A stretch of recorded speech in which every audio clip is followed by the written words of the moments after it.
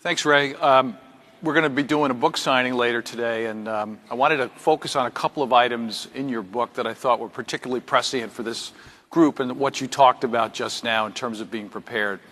You talk a bit about, after 9/11, the importance of changing the police structure in terms of counterterrorism. You talked about the reaction that you had when all that occurred.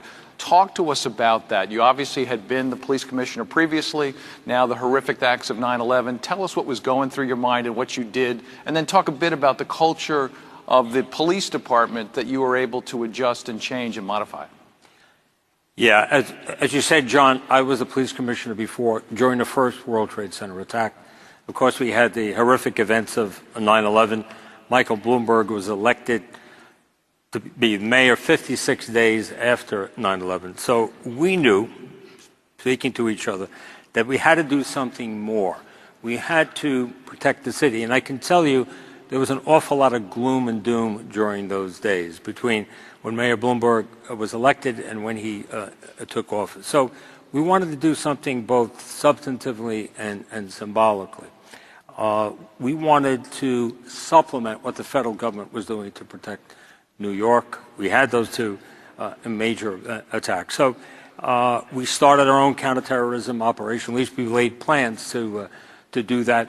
We wanted to reform our intelligence gathering capability, and we were able to attract first-class individuals from the federal government to help us. David Cohn, who had been in the CIA for 35 years, the only person to be in charge of the analytical and operational parts of the CIA, agreed to come on board. Frank Labuti, a retired Marine Lieutenant General, also agreed to come on board. I wanted a Marine General. I'd spent 30 years in the Marine Corps and the Marine Corps Reserves, and I wanted that persona to be in charge of our counterterrorism efforts because I wasn't certain what the reaction of the police officers would be. Our plan was to bring in a lot of high-level civilian people over the police officers, who are a heavily unionized force. So that's kind of why I wanted General Labuti there. Quite frankly, there was very little resistance on the part of the uniform force. They realized that we were in a unique time, unique situation. They came on board. They did a terrific job. During our tenure, we had 16 terrorist plots. None of them came to fruition, some as a result of great work on the part of the FBI, great work on the part of the NYPD, and sheer luck, no question about it. But I think changing the direction of the department was easier than I expected, and the police officers got on board and did a great job.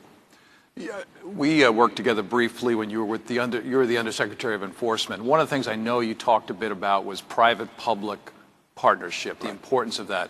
We certainly found that after 9/11, a number of folks in this room in the private sector worked very closely with some of your folks, the FBI and others, to see what we could track, what we could do. Talk a bit about the work of the private sector, if it applied to what you did after 9/11 and throughout your career. Because, like I said, you have a number of AML professionals in this room who feel very strongly about the need to work closely with law enforcement. Yeah, no question about it. 9/11 was a coalescing event. Clearly, the private sector came on board, and we manifested that level of cooperation with setting up something called the Lower Manhattan Security Initiative. We had a Lower Manhattan Security Coordination Center, and we brought in private sector representatives working with police officers together in one big room filled with cameras and sensors to jointly monitor Lower Manhattan. It was our goal to make the 1.7 square miles south of Canal Street the safest business district anywhere. And the private sector came right on board, and that includes certainly Goldman Sachs, the Bank of New York, the World Financial Center, which houses, at that time, housed many financial firms, Merrill Lynch, those sorts of companies, Bank of America. And still to this day, they're very much involved. They help fund the Police Foundation, which is an external source of resources for the department. And that's the entity that enabled us to put New York City police officers overseas to act as listening posts, tripwires for New York City. We pay the expenses of those officers. They're not paid by tax levy funds. They're in Abu Dhabi, they're in Amman, Jordan, London, France, Madrid, Toronto, Singapore, countries spread all over the world. And again, that is a result of the private sector chipping in. I'm going to go back to some terrorism questions, but since I have the former police commissioner here, there's been obviously a lot of conflict, the best way to describe it, in the past year in terms of the police and the citizenry. You had Ferguson, you had Staten Island, and other places.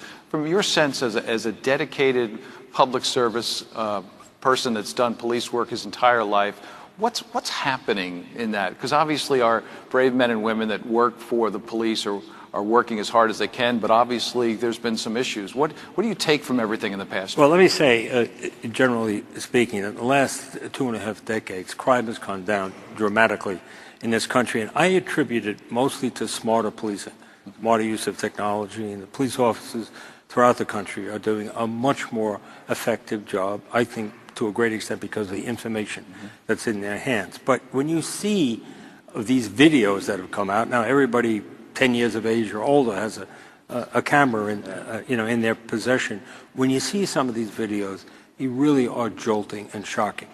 And one of them, for instance, being the murder, that's the only thing that you can call it, of Walter Scott, who was a 50-year-old man who was stopped for not having one of his stoplights were out. He runs away from the police because he apparently thinks that he's going to have to pay child support, or he wasn't paying child support. An officer shoots him. He murders him. He shoots him in the back. The whole world saw that. April 4th of 2015, that was sent throughout the world. So those sorts of incidents undoubtedly have set us back. I think the relationship generally with minority communities was getting stronger during those 2 decades. But these types of things, obviously when you see that, the question is in a lot of people's minds, is that suspicious confirmed? Are we only seeing this because of the proliferation of video cameras? Now, somebody was in the business for a long time. I don't think that's the case, but I can understand how people do that. So I think we have to work hard at it. It's something that you have to work at every day. I believe that putting cameras on police officers in place will make a difference. I think it will restore some of the trust that may have been lost by these incidents that they mentioned. It's going to take a while. Just the implementation of cameras is problematic. Where do you store the information? Who has access to it? Sure. Those sorts of things. And it can be very expensive. But I think those sorts of efforts, I think, in a lot of other ways, will start to grow back the trust that I think we've lost as a result of these events. So let's go back to some of the terrorist activities over the past year as well. Give me your sense as an expert. Let's first talk about Paris and the horrific murders there in the concert venue and what we can learn from that. Then I want to bring you to Brussels and perhaps talk a little bit about San Bernardino. But tell us about maybe all 3 of those in any order you'd like. But what are we taking from all of this? I think you have to understand what's going on in Europe. You've got to look back a little bit in the history.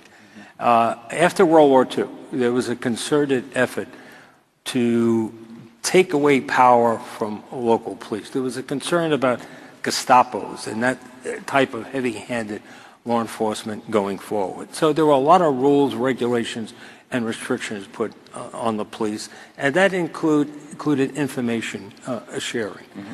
Countries generally don't share information in Europe, and they still have a lot of these antiquated rules, whereas you can't execute a warrant in nighttime hours, you can't exchange information only with a court order, those sorts of things. Well, that is starting to change, but they have to play catch-up ball in a big way, so it's going to take a while for them to do that. As far as Paris is concerned, the thing that really sort of jolted me was the fact that it was done with very basic weaponry. that basically the people who were killed with AK-47 rifles, the most ubiquitous weapon in the world. Even the suicide vests that they wore, it killed them, but it didn't kill anyone else. And it's the same thing in San Bernardino. Those people were killed, 14 people killed, 22 injured, with very basic weaponry, AR-15 rifles. So it doesn't take a great deal of planning. And of course, we have this phenomena of lone wolves being motivated, inspired, radicalized on the internet. So we have a long way to go. I think the federal government has done a terrific job in rolling up individuals. They've arrested over 70 of them in the last 18 months who are thinking about doing some sort of terrorist act. And of course, then they manifest some action with that. I think that is the right way to proceed. As the saying goes, they only have to be right once. Right. We have to be right every time. But the Brussels event, it could happen anywhere. Let's face it. You can have lots of regulations and police officers deployed, and you can carry a bag with a bomb in it into an airport. And if you keep moving the perimeter out, you're still going to have a queue someplace. And of course, the subways are vulnerable. We had applied in New York where individuals were going to blow themselves up on a commuter train. You need intelligence. That's really the name of the game. And that's what's lacking right now in Europe. And they're trying to get there, but they've got a long way to go.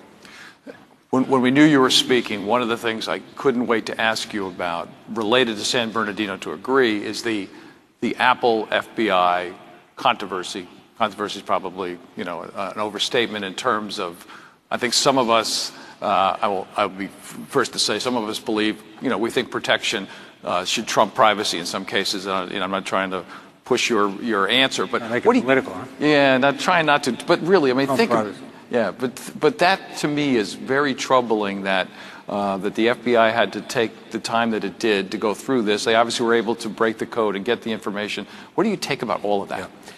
Well, we all like privacy, yeah. But I agree with you that at the end of the day, security has to come out ahead of privacy. And I don't think any one man, any one company should be able to decide what can be put out of the lawful reach of government. We have a process in this country that's worked from the beginning, going for a warrant. That's what the Fourth Amendment talks about. So we went through all of the proper procedures, and yet the company, Apple, is advertising that they're going to soon be able to, they won't be able to open a phone. And I don't think that should be in the purview of any company or individual. I think this is clearly a question for Congress. Doesn't mean they want to take it on. I can understand. That's a little controversial. But ultimately, the people have to speak. The people have to have their say in this issue, and that's through their elected representatives. Just have a couple of minutes left. As I mentioned, we're going to be doing a book signing, and your book was very clear about the dedication you've had in your life to not just to public service, but to protection. Give us, if you can, not a soundbite, but in any way you'd like, what you've picked up from the past number of years that you've worked in this space in terms of are we getting better? It seems to me there's so many things that are happening that are good, but obviously we've had these issues we've just talked about.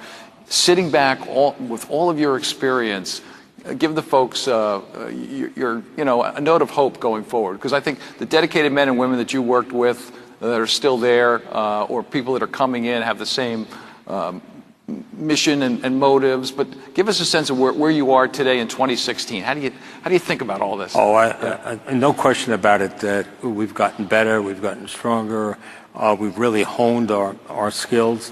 The technology has been a tremendous help to law enforcement and to protecting this country. So I'm generally optimistic.